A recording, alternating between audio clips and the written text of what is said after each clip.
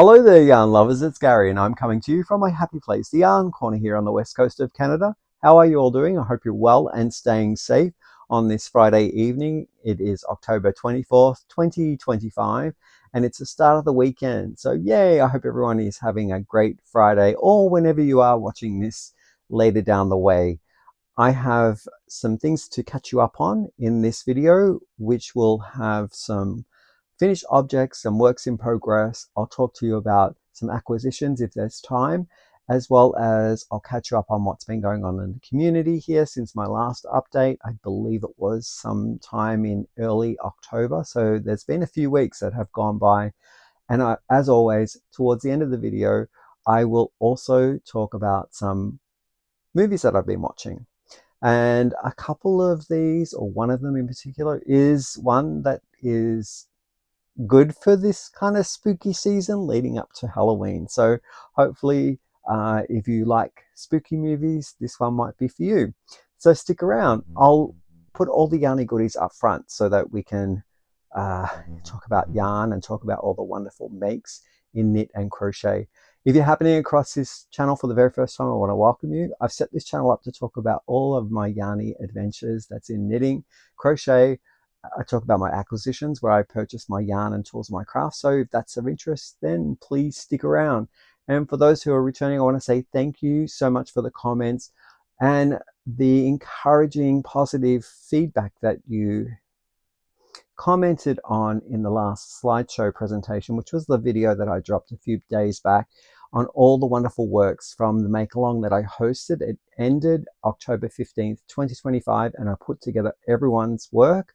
So I'm happy to say that Wendy, who was the lucky drawed person out of my bag of names, did contact me. So I have packed up my goodies, and Albert the Bear, along with a few other items, are going to be posted tomorrow. So Canada is having a bit of disruption to the postal service, so it may be a longer process than normal to get down to where Wendy is.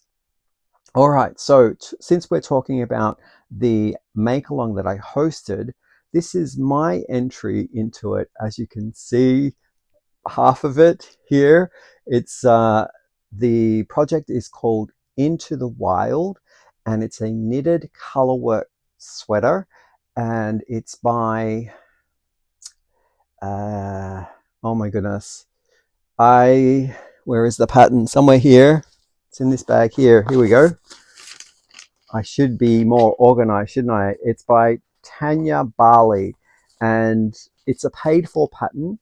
I'll include all patterns, any YouTubers that I might mention down below in the description box. So if you're interested in finding out more content, like a tutorial, or if I make a reference to something, then please do go down there to find out more information or links where I can have them to offer up for you. So yeah, this is a wonderful pattern. There are 10 sizes in this pattern, and I did size number 4. My gauge was a little different to the gauge that they suggest in there, so I had to do some kind of alterations with the sizing so that I could get something that would be 2 inches of positive ease. It's kind of form-fitting here. I haven't blocked it yet, so it's comfy. It's got a nice length to the arms, and I think once I block it and it starts to relax more around my body, there will be a lot of give here in the yoke, as well as making it so that my arm length comes a little lower. When my arms are down, this is, and it fits nicely, it rests nicely on my wrist to my hands. I'll talk to you about what yarn I used, as well as the alterations that I made to the pattern. So the alterations are this rolled rim here. I put also a rolled rim on the sleeves as well as around the waistband, and I did color work. So my 1x1 ribbing is within 2 colors. So I used this green and my main color is like an oatmeal color, so I did that on each of the edges to unify the design. I also have a clip that I'll add in where we can take a look at it in full, I guess, in full frame, so that you're not just seeing a bit of it here.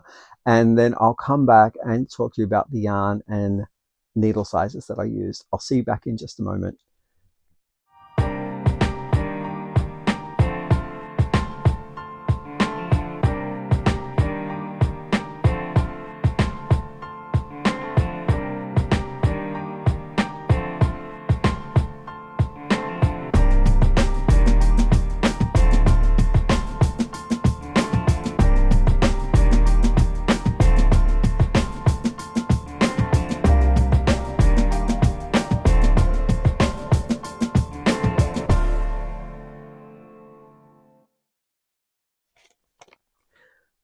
Okay, so what did you think?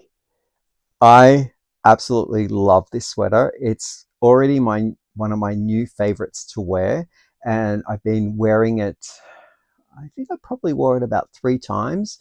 I'm really conscientious about it because it's just come off the needles, and I'm putting it and housing it in a laundry bag so that I can keep it well protected from any dust or any kind of like critters that want to go and eat it.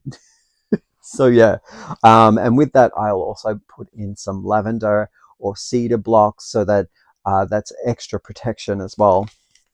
Hasn't been blocked, as I mentioned, so I'm still smelling the woolly smell of it.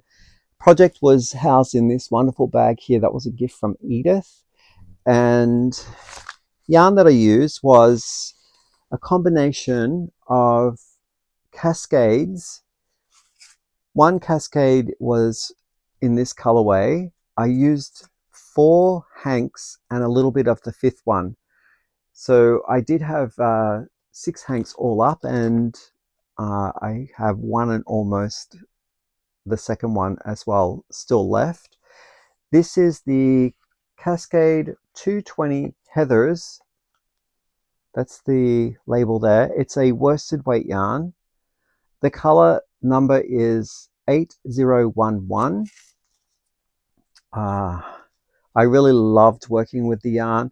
It didn't split on me. It was great with having a little bit of elasticity, so I could actually pull on it pretty tight to do my German short rows and other areas where I was knitting 2 together to decrease along the sleeve. And it didn't, it was quite a nice bouncy yarn, so that when I did tug on it, it held its kind of the plumpness and didn't create holes or any unwanted kind of worried bumps or anything like that in the fabric. So it was a really nice yarn to use. And I used a combination of, up here I used a 4.5 millimeter to do the start of the project, and then I switched, as soon as the color work started, I switched to a 5.5 millimeter set of knitting needles, and I used my chargoos and I did the color work, and then I stayed on my 5.5 millimeters and continued on knitting the body. The other colors that I used was this cascade here, which is the Superwash Cascade 220, and the color is, this is the label here. It's a beautiful hunter green. That's what the label looks like. And this is also a worsted weight yarn, and the color number is 865. My fox color was one that I created myself. It was over dyeing a yarn from Payton's, and this was Payton's Classic Worsted. In the original color, it was called Grey Marl, and I had dumped it into a bubbling vat of orange, and that worked really well. Pixel's just come back from her walk. The last and final color that I used in the mix was this one here, which is called Universal Deluxe Worsted, and I think I did lose the ball band, but then I thought I found it again, but I think I might have misplaced it. But it's in the colorway called Natural, and so that was in amongst this color work here. So those were all the yarns that I used. Absolutely love it. It turned out to be very squishy. I might have to take it off because it is quite a warm room today. We've had some showers and it's been frigid outside, so the heating has been turned on, and with this inside I'm going to have to take it off. So I'm going to stop the camera and we'll talk about what Hank is wearing next. Okay, so back again, and Hank is wearing a work in progress. It is a project that I'm working on for a gift for my husband, Chad, and it's almost done. It needs to be done within 3.5 weeks, but I'm going to try and aim for 2 weeks. I just have the sleeves to do. So yeah, it's all done. The body and the yoke is done and just the sleeves are left. I believe last time we were chatting, I might have been up here somewhere in the last color block pattern band here, and I have knitted all of the body since. So I have been knitting quite ferociously in the last 3 weeks. Like I finished this guy and then now finished the body on my second sweater. So I have, like, I feel like I have deserved like a bit of a rest from getting this one done, and I have gone to my crochet in the last couple of days, and I'll show you what I've been working on. But first of all, talking about this sweater at hand, I got the pattern out of this book here called Artic Knits. It's by the designer Weichien Chan, and the pattern is called Fjord. I'll make sure that you can see what it's spelled because it's spelled a very interesting way. Fjord Jumper. It's Fjord Jumper. And that's two of the samples there. One with the white main or light main color with contrast pattern. And the second one is the dark main color with light contrast patterning.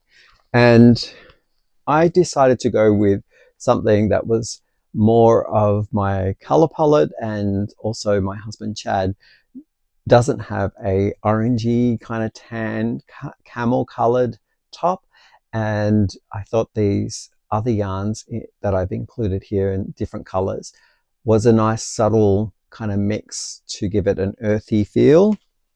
This was also a gift from Edith, and I absolutely love lots of patterns in here, but there are some things that I found in the pattern that I encountered. Perhaps maybe I didn't read it thoroughly through, but when I did my swatch, I did a whole hat with these motifs across the hat, and it was called the Fjord Hat, and I did my gauge from that to choose what size pattern jumper. The pattern is offered in 10 sizes, and I chose the 4th pattern because I had done the color work in the hat and chose my gauge from that using the same needle sizes and the same yarn. And I agree with the pattern up to this point here where the color work is finished. And I want to include a clip where I talk about that because I had to rip back after getting down to about here in my original knit of the last increase, and you'll see what happened. So I'll just cut to that clip here and you'll be able to see the dilemma I had. Okay, I'll see you back here shortly.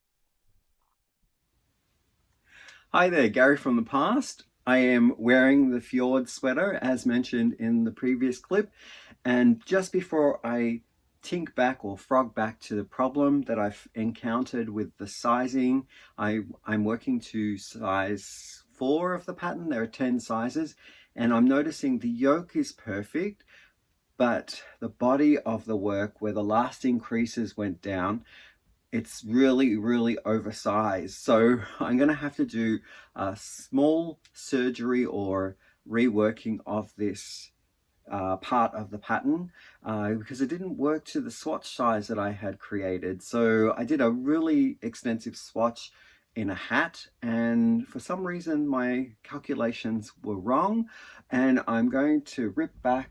As you can tell, there's probably around 8 inches to 10 inches of positive ease here, and I don't need that. So I'm going to have to pull back to the last round of increases, which happens to be in here, which is the final pattern in the yoke, the last row. And I am going to tink back and go back before I split for my sleeves. So it'll be just a round circular yoke again, number of hours lost, but I want to get it right. I think if I lose that 5 inches of increased stitches all the way around, it'll be sitting perfectly with only around 3 inches of positive ease all the way around, and not this, like, seems to me like almost 6 inches all the way around. So it's going to be 12 inches of positive ease. So I'm almost knitting 3 sizes too big in the body part, but the top part is really good. So that last round of stitches where I increase in that row, I'm going to take it out and I should draw it back in 5 inches. So that's my understanding of what is going to happen. It also means that some of the arm stitches will be reduced as well, and I have ample space there for the arm, and I think that will work out fine too with them getting a bit smaller. That's the easiest way that I can think of fixing this sizing issue that I'm having right now, and maybe dropping down my needles to a 0.5 millimeter less might help with keeping it from flaring out like this.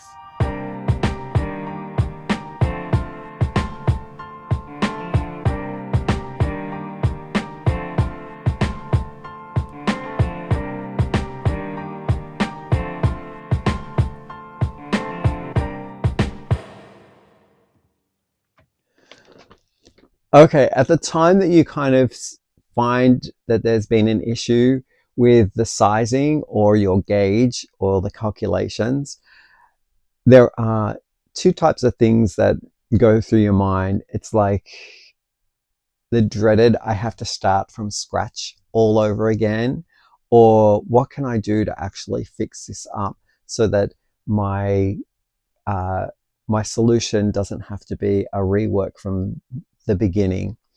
And I discovered that I was very happy with the yoke size. It was just that last additional increase. So that was going to eliminate 50, I think it ended up being 52 stitches. The last row of increases were adding on an extra 52 stitches. So I took it back, ripped it all the way back to that last row, picked up all my stitches again, and then eliminated that last row increase. So I already had was down about 6 inches, and I thought, just in case, I'm going to do a few more, after I separated for the arms, I would do a bit more underarm decreases along each of the sides, on this side underneath the arm and that side underneath the arm. And I decided to take off an additional 12 stitches. So I did that in brackets. I decided to, I think it was like every 8th row, I took a front and a back stitch from the left, and the front and a back stitch from the right, and decreased four times, like 4 stitches I should say. And I did that 3 times, so 12 stitches more to get a tapering in on the waist.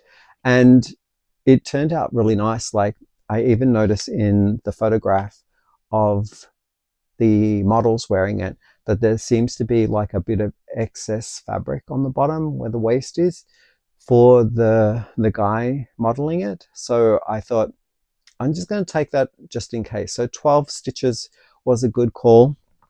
I'm really happy with the fit. So let's talk about the yarn, shall we? So the yarn I am using started off with this as my call to action. This was definitely my calling yarn to make this sweater, and I wanted to see what I could do with this yarn for the color, as well as I knew it was a bit too thin for the actual pattern, so I wanted to increase the size. Now I didn't have enough of the yarn to double strand this, but I did have enough of another yarn that I combined with this yarn to give it the right weight for the pattern. And this is the Lana Grossi yarn called Puno Do. I'm probably mispronouncing that. I absolutely love this yarn. It is in the colorway 005. It's like an orangey camel color, and it is classified, I believe, a sport weight yarn, but the pattern calls for a light worsted, so I knew I had to hold double to get it to be thicker. And it's quite a fuzzy yarn. It's wonderfully, wonderfully soft. What is the...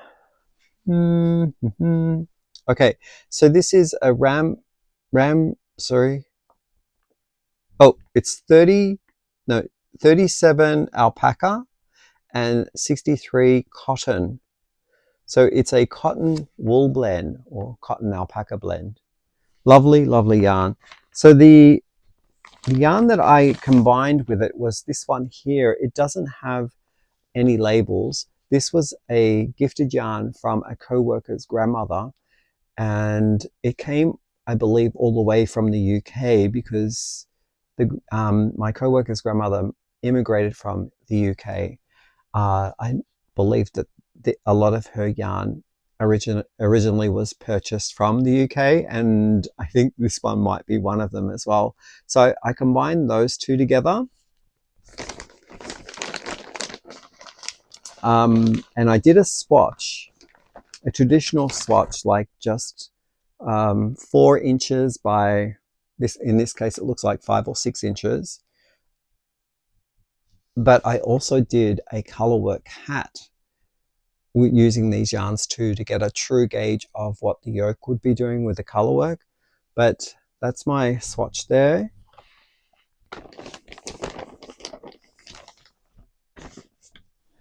And the first contrast color that I have is this. It's what's left of it. Green. It's like more like a spruce green. And this is also from my co-worker grandmother's collection. It's still got the price tag in pounds, and it's called Symphony. And I'm not too sure what brand that's from, because I think Symphony might be the collection name. And that's also a sort of semi-roving style single ply yarn. It has a bit of a sheen to it. I love that. It contrasts really nicely with the main color. And my final color that I used was this rusty red, and this one is from Vitalana. Sorry, it's from Knit Crate, which used to be a yarn subscription, monthly subscription company in the United States. It no longer is around, but it's one of the yarns that came in their monthly mystery kind of yarn, and it's called Vinalana Oasis, and the colorway is called Tuscan, and this is a combination of different alpacas. So all of those yarns together. Well, the green colorway I might not have mentioned is, I don't think I have a color number here. Yeah, Pixel can't find it either. Oh, is that the colorway number? Yeah, that might be it there. I'll give you, the number is 938. So knitting needles I used to start off when I was doing the collar. I did a smaller needle gauge. I think it ended up being 4 millimeters. And I did short rows, German short rows in the top collar. I started off with a Italian Tubular Cast On, and that was not in the pattern. The pattern just calls for like choose the cast on that you prefer. And I chose the Italian Tubular Cast On. I used my German short rows at the front here, so it drops a little bit at the. So it actually raises at the back, and it drops at the front of the sweater. And I think that's about all I have to talk about with this one. I really like it. The quality of the two tan colors works wonderfully together.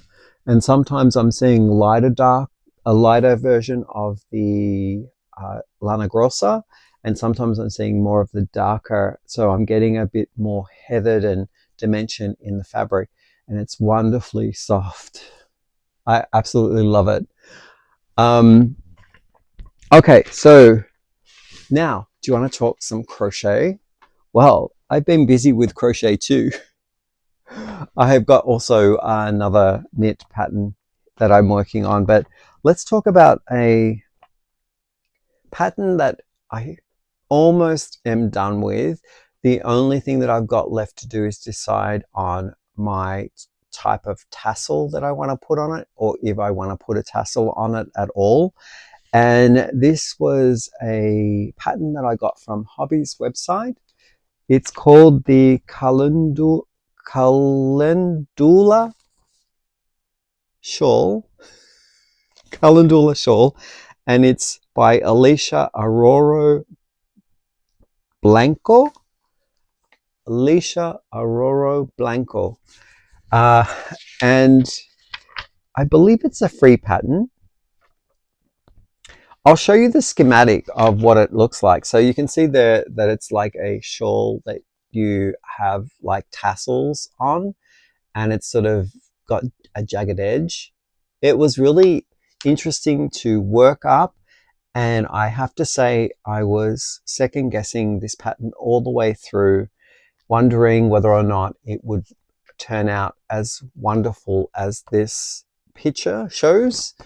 And I have to say I'm happy with the result, but all the way through I had my doubts about it, whether to continue or whether to persevere with it. It does measure smaller, so this model here looks like she's swimming in this drapery, but in all measurements, mine actually fits the same measurements as the schematic in the background. The frame of this model must be quite a light frame, body like size, because when I put it on Hank or myself, it's basically very thin scarf. It's not really thick and luscious like you see in the photograph. So there's a schematic there. I'm using yarn that Hobby had sent me for a challenge. I've done multiple projects with the yarn so far. I had still some left over, so I decided to do more projects.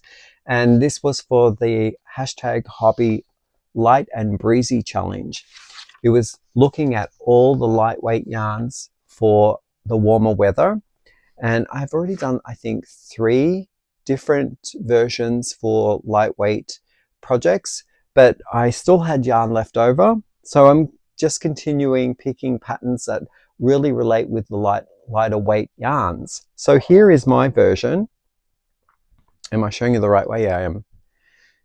And you'll notice here that I've got some strands of yarn that are hanging, and those are for my tassels. And if I don't need them, I'll just cut them off. But as I was working through, I thought I would leave those hanging so that I could tie on some tassels and then have them removable so that you could wash the garment and maybe block it so that the jagged edges are a bit more prominent. But I really like it. It hasn't been blocked. I'll show you what I mean by the draping. So if I was to take this and drape it around, similar to how the model is wearing it, and try not to hit the mic, because that's something that's quite foreign to me. Okay, if I put that around there like that. See, as you can see, I am a lot broader than the model is in that picture. And we'll just take a look at the, yeah, this seems a lot more smaller, like a neckerchief almost to me, maybe slightly oversized neckerchief, but it does measure the same length, which it's interesting. Yeah, so let's talk about the yarn. I got my bag of goodies just beside me here, and what hook size I used. So I used a combination of two different hook sizes, one for the wedgie parts and one for the bubbles. So the wedge parts that have that nice kind of, it's through the back loop, well, they call it the third loop, but through the back loop of the stitches to get a little ridge. I use this one here, which is a 5mm crochet. I'm just going to double check that because it's 5. And for the bubbles, I wanted to make them nice and tight and plump so they look like beads. I chose this one here, which is a 3.5mm. Yeah.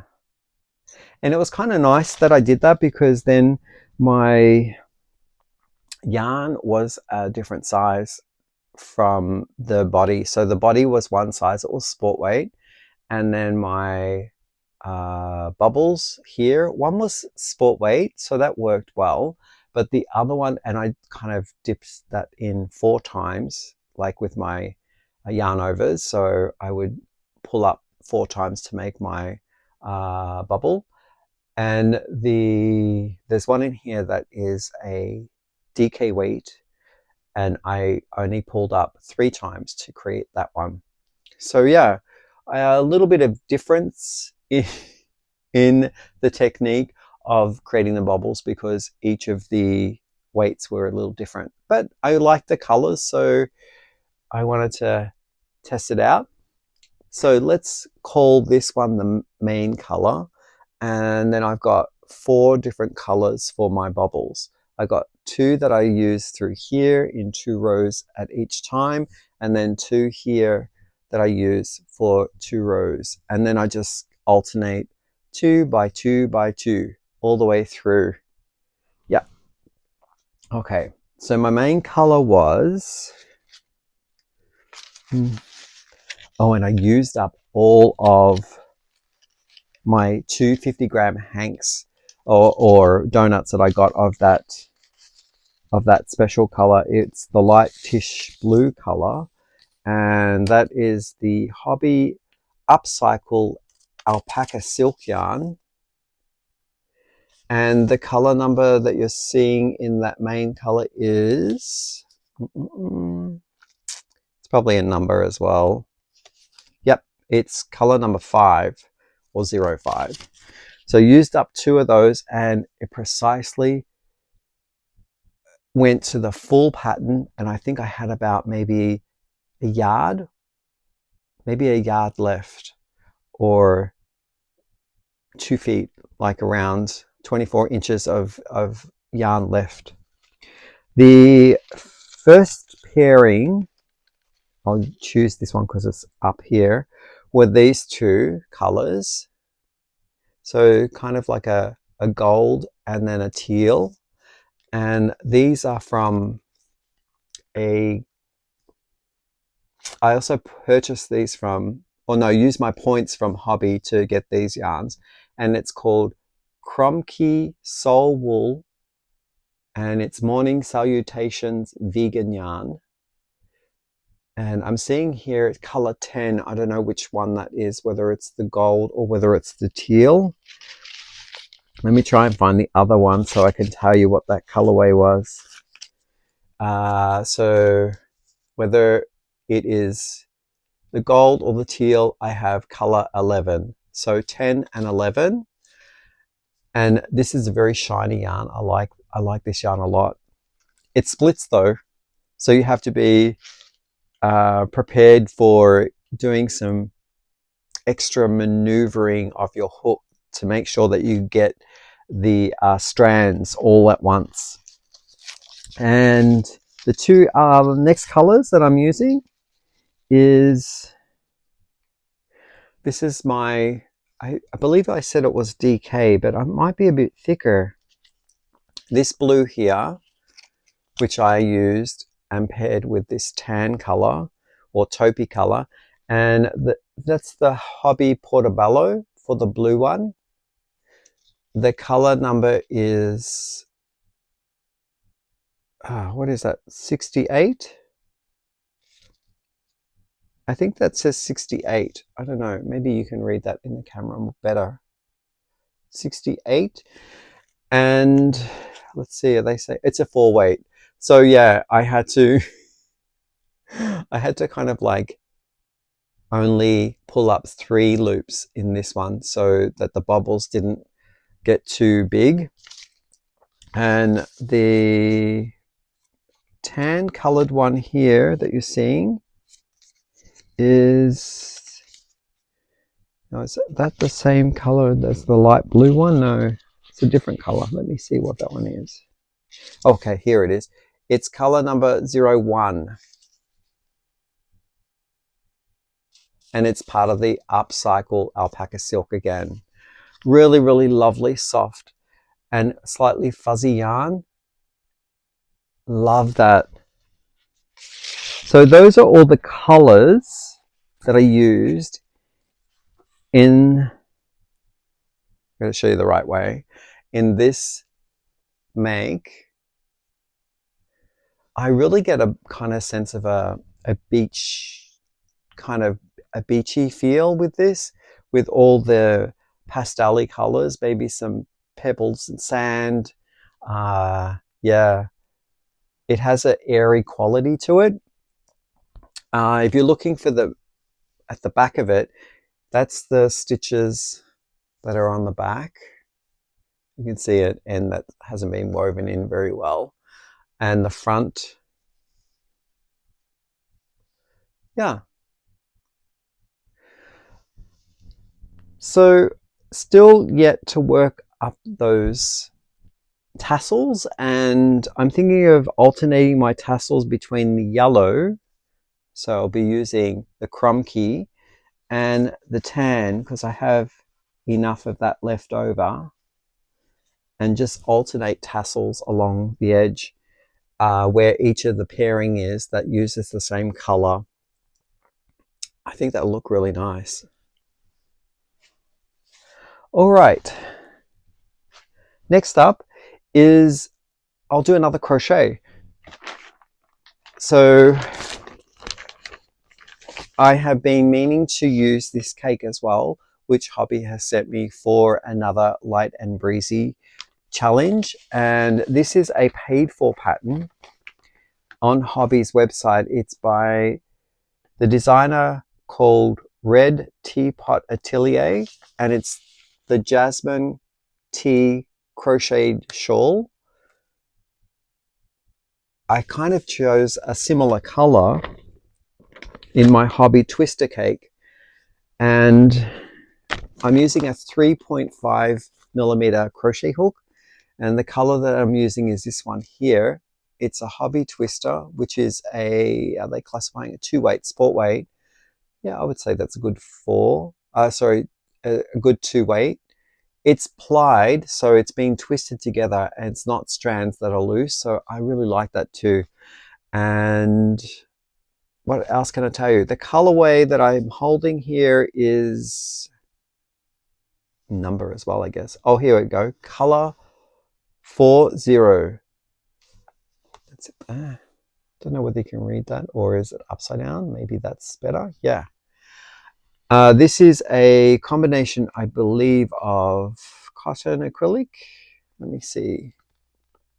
Yeah, 55 cotton, 45 acrylic, and I'm getting 1,000 meters in this 250-gram cake. But with hobby, I can choose a twister solid in the same colorway at the end of the cake in case I need to go a little further. So that's my backup plan for if I go longer than 1,000 meters. And here is what I have so far. And I'm halfway through a row here. This is the right side, yes. Oops. So as you can tell, it is a textured, lacy shawl pattern. And right now I've done the setup side of things and one full repeat. So I'm at the second, no, the setup is only a very small triangle in the middle there. And then one full repeat gets me to about here. And then I am only a few rows into my second repeat. But yeah, what do you think? I really love the texture of it. Yeah. So one thing that I would mention about this pattern is it does use the written form. So if you're into reading the written form, or if you are interested in a chart, it does have charts in there as well, but they do the charts row by row, so they break up the piece. You don't get to see the entirety of the piece, you just see the row that they're talking about and just the row below.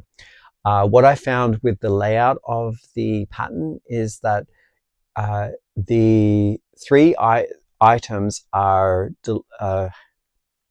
helping you to do the pattern row by row. So you actually see the written form first, then you see the schematic in the chart, and then you see a photograph of what it looks like. And sometimes you don't get to see those three things on the one page. It breaks and separates over pages. So you might see at the bottom of one of the pages the written content, and then you have to turn over the page to get the next ingredients and bits like the chart and the photo. And it sort of breaks up in a weird way that I got confused. And I believe that I had done a pattern, a row, turned over, ready to start the next one. So I went and I overlooked a few rows. So I started crocheting the wrong row for the wrong side. And I didn't realize that until I was starting to do the front post back post rows. And I thought, well, why are my ridges on the back side? They should be showing up on the front side. And that's what I discovered. So a tip for myself when I am doing the red teapot atelier patterns, if this is the way that the structure is, I'm going to go ahead and put a line in between each of the rows once I group them together. And I'll write where it continues over to the next page. I'll just handwrite it saying like row 12 continuation, and make sure that I see the blocks clearly. And those marginal lines that I draw in have helped me.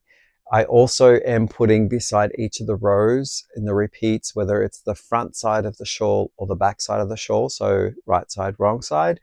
And that will also be a second reminder, because I did get through a number of rows until I discovered that I had missed a row or two. And so that was my little tip. I can't show you what it looks like because it is a paid for pattern and what I did. But maybe if you are buying one of these for the very first time and you find that it's very difficult to read where you are because it separates over the page line, maybe doing those lines, marginal lines yourself, drawing them in and writing whether it's right side or wrong side in the pattern will help you out. That is also a hashtag light and breezy challenge that I have accepted, and I'm still continuing on. I think this might be now my 5th pattern for that whole challenge that they invited me to participate in, so I'm really enjoying it still. And should mention down below, I am an affiliate of Hobby, but also other affiliate links down below to nitpicks. So if you're interested in doing some shopping, the holidays are coming up, and also there's Black Friday that's coming up next month. I know that nitpicks has like some really great sales leading up to that. And if you want to go shopping and support the channel, it's not essential that you do it, but like it does help the channel out. A small commission comes back and it's at no extra cost to you at all. So if you click on those links and takes you to the website, and if you do shopping, it'll just trigger and it'll give me a commission back. So I want to say thank you to the people who have used those links down below.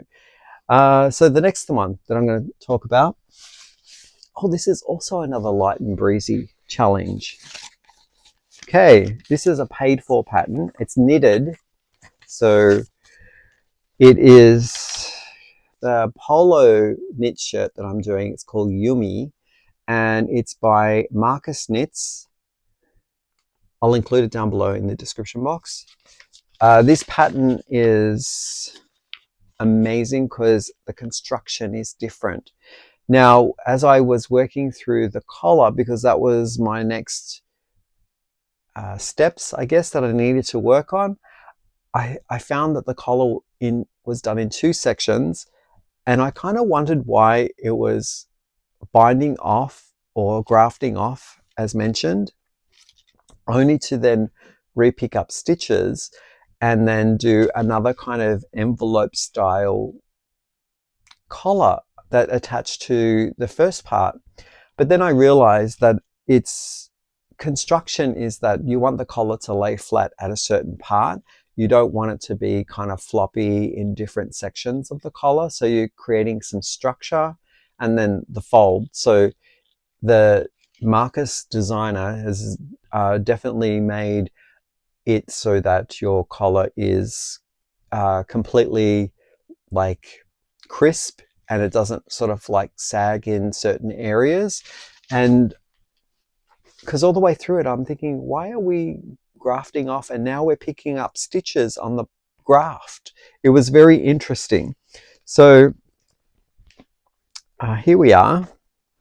Did I give you the, I did give you the hook size for the Atelier red teapot Atelier. I'm using a 3.5 millimeter crochet hook, if I haven't mentioned. So here I am. You might have seen this in past video updates, but I have now got a collar. The first section that I showed you was the back, and then the second section I showed you were the 2 front panels. So it's just on live. The stitches are still live. They're just on waste yarn. A cable. And now I've just done this burgundy collar. So I'll put it on for you so you can see. I hope I didn't knock my mic there. Yeah. It's it's not, I haven't worked it up in the round yet, so you're not seeing it all together. There we go. So yeah, without giving too much away, the collar was done in 2 sections, and I think it's going to be a really nice polo. I'd like to do more and play around with different yarns and colors, but right now I was thinking more of a light tone color like you're seeing here with a few color pops. This burgundy will happen on the collar here, also a little band for the sleeves, which are short sleeves, and also maybe at the end of the waistband too. But I'm debating on whether or not I'll put it there, because I kind of like the polo to be a little bit unfinished with a heavy border. I just want it to go straight down into the waist. But I'll let you have a look at that up close. So picking up stitches, and all of this is a grafted, what do they call that? Kitchener stitch all the way across. So it's really, really nice and neat, and it lays like it intends to like be a structured collar, which is really nice. And it's such a wonderful, soft and light and breezy pattern and yarn to work with this pattern. All right, so I'm housing it in my lunchbox, thermally protected. And the yarn that I'm using is this one here. It's Rainbow Bamboo by Hobby in this lovely light grey color. The color number is 32. That's where it went. I was looking for this, but also I don't know why I have this. Oh, that's right. Maybe I was using it to pick up stitches. I can't quite remember why I have a crochet hook. I was doing some provisional cast on, so I used this crochet hook for part of the construction.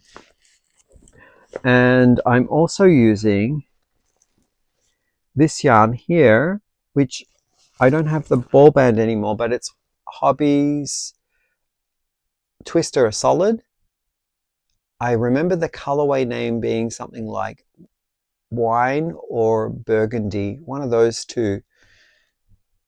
And this is this is what I use for the collar. So it's very, very light.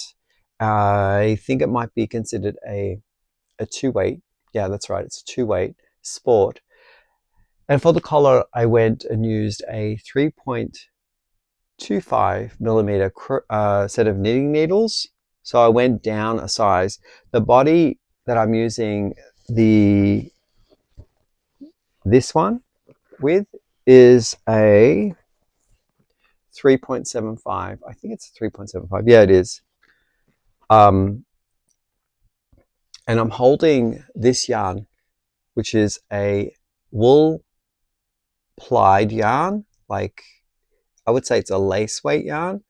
And I'm just finding that this lovely, soft and drapey bamboo yarn needs a little bit more structure, because I'm wanting to have some definition in the ribbing part. So I find that this little bit of wool helps give that added structure, and it holds those ridges a bit firmer in place than if I was just to use this on its own. So yeah, a little bit of playing around with different yarns. I'm enjoying it. Unfortunately, I don't know what the colorway of this is called. It just looks like an off-white. And on the inside here, it has Roma. So I looked up Roma and it said it's wool, perhaps in a different language. But yeah, so that's I think that's number 5 that I've done, maybe 6 in my light and breezy.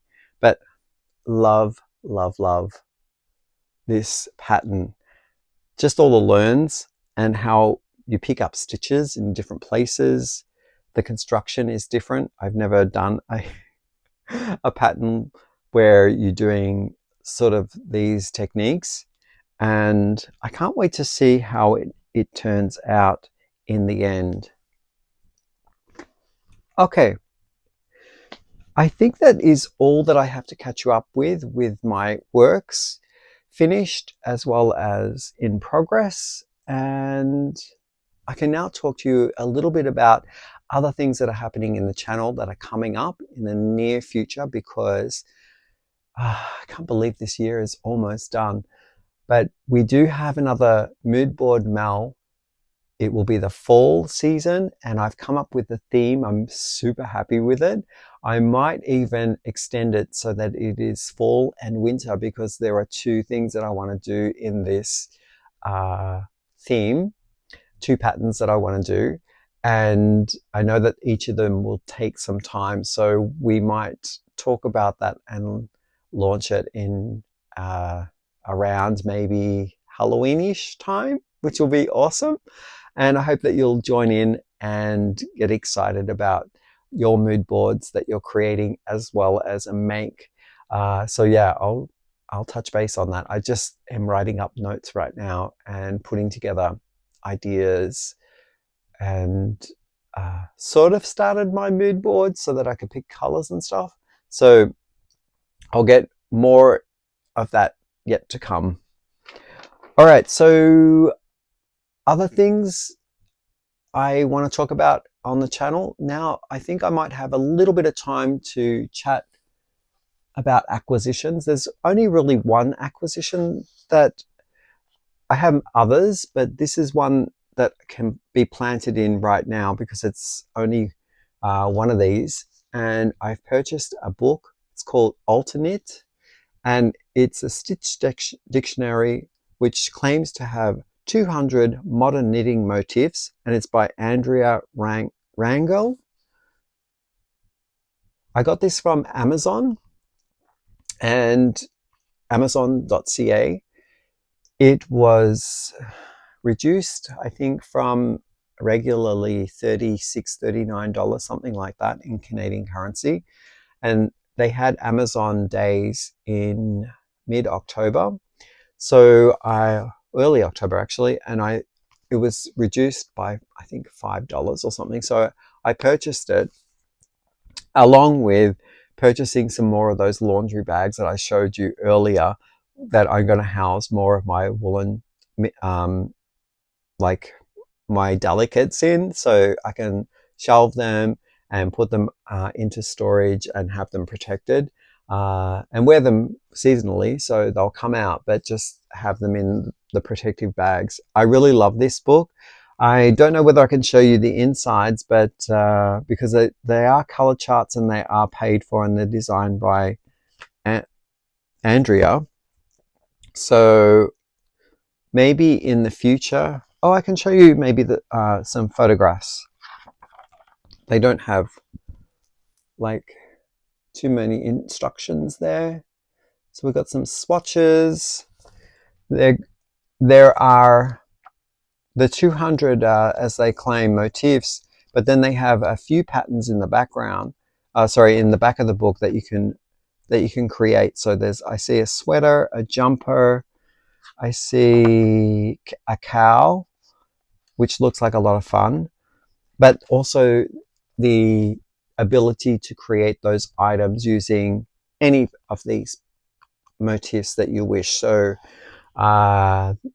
almost with the amount 200 here, and then the color possibilities, like your styling can be completely different on the motif that you choose. So I love it because it's opening up a lot of different avenues of choices. And yeah, there's also another book of hers, which I think is called, I'm not too sure, but it is another one that I was thinking of getting as well. But I want to work through this one first to see if I grasp the concept of the color charts and the writing and techniques that are offered in the book. But yeah, really excited to add some of those little sprinkles in on designs that I might be trying to think up myself.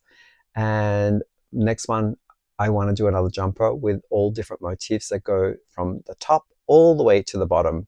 So you might see some of those come into play. We'll see. All right, so what's been going on here in the community? I think up front in the intro and the exit, I'm going to put one of the outings that we took with our family who stayed here for Thanksgiving, was to the hatchery in our area The hatchery is where salmon come and they spawn. They help the salmon hatch their like spawned eggs into little fry, and they keep them in the hatchery for a while so they have a fighting chance to survive. And then they release them back into the river where they swim out to the ocean and they grow hopefully to adulthood, which is a lovely story of trying to keep the salmon numbers up. So we went to the viewing tank and I took some film of them just sort of sitting there. You know, the horrible story about salmon is when they actually spawn and they recreate, they molt and they kind of wither away and pass on. So at the stage that you're seeing them, I think they only have about 2 weeks left, 2 or 3 weeks left before they perish. So yeah, it's circle of life, right? So I've gotten that there for you to take a look at, as well as I had some, what else did we get up to? Well, I think, oh, the other story that I have, I'm going to have to cut that and paste a little bit. The other story I have to tell you is that we went for a walk with Pixel, and we decided on one of our regular walks, we normally go a certain way. We thought we'd sort of spice it up a little bit and change the direction and go down a path that we don't normally walk. And about 20 meters into the pathway, we bumped into a dog that looked exactly like Pixel. And we had met that dog once before, I think when Pixel was around 1. Now she's 2.5. And it was her sister from the same litter at the same breeders that we went to purchase Pixel from and picked her up. The lady who was a mutual friend of a mutual friend, we had discovered that she went shopping as well and purchased her dog from the same breeder, and it was the sister of Pixel. So we met up again and spoke to the owner of Stevie, which is Pixel's sister, and they had a good play. So I'll remember to put some of those clips in at the end so you could see them reunited after they'd seen each other when they were both 1 year old, and now they're both 2.5. So it's such a cute story. We let them play for like at least 15 to 20 minutes until they had enough. They were lying and resting in the grass, you know, cooling off their bellies, and they both have the same technique of sitting with their legs sprawled out at the back. They kind of look like frogs. It's so cute. And that brings me, I guess, to talk about the movies that I have to mention. Okay, so I've got 2 movies that we watched recently. One is, and they're kind of one's a kind of a mystery, kind of solve it, murder kind of thing on a yacht, and it's called The Woman in Cabin 10. It stars Keira Knightley and Guy Pearce. Other actors too, but none of the names come to mind right now. And it's a great mystery on a whodunit and sighting of like a journalist witnesses something go down on a yacht, and then she tries to announce it to the crew and also the people who are invited on this yacht what she had seen, but no one believes her. And so then is the struggle of her asking herself if she's losing her mind or did she misunderstand something. You know, she's losing her conviction on what was true, but her journalistic approach is to investigate. So she goes into full investigation mode, and I don't want to spoil it, but it does have some nail-biting moments in it, and I think you'll really enjoy it.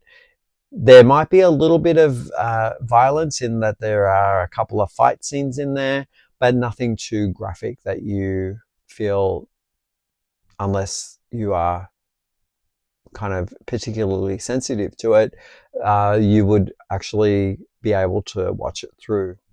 The other movie that I've got for you is ripe right now for Halloween. So I will caveat this with, it does have a little bit of blood in it, and there are some supernatural style stories that go with it. So hopefully, if you don't like scary movies, then perhaps maybe this isn't for you. But if you do like it, then take a look at this one. It is called Talk to Me, and it's an Australian production. I believe it comes out of South Australia, which is a state of Australia. And I don't recognize any of these actors, but it's really fresh and to see actors that don't have a stereotype or cast acting on them already. So maybe it's because I haven't been in the movie genre Australia scene for a while, watching movies and stuff like that from Australia, but these look like new, fresh faces to me.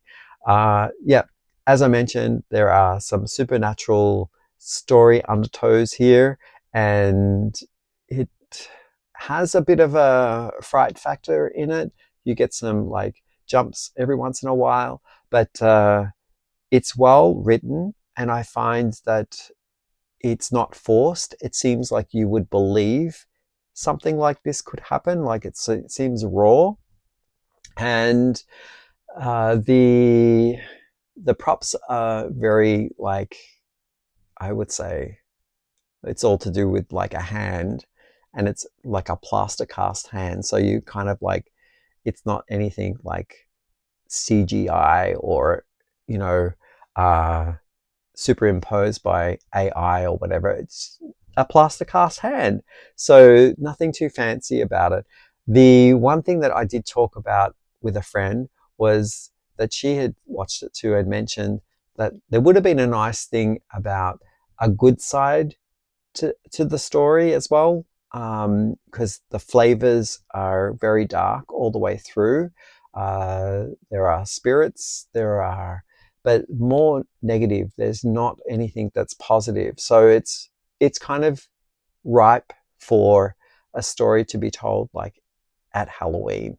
But yeah, take a look at it. I think the makeup is done really well as well.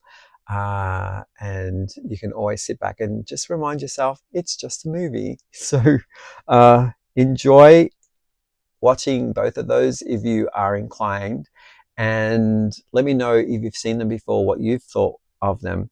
And with that, I will catch you up in the next podcast, and I cannot wait to talk about what's coming up in the mood board theme of fall and maybe perhaps winter as well, combined together.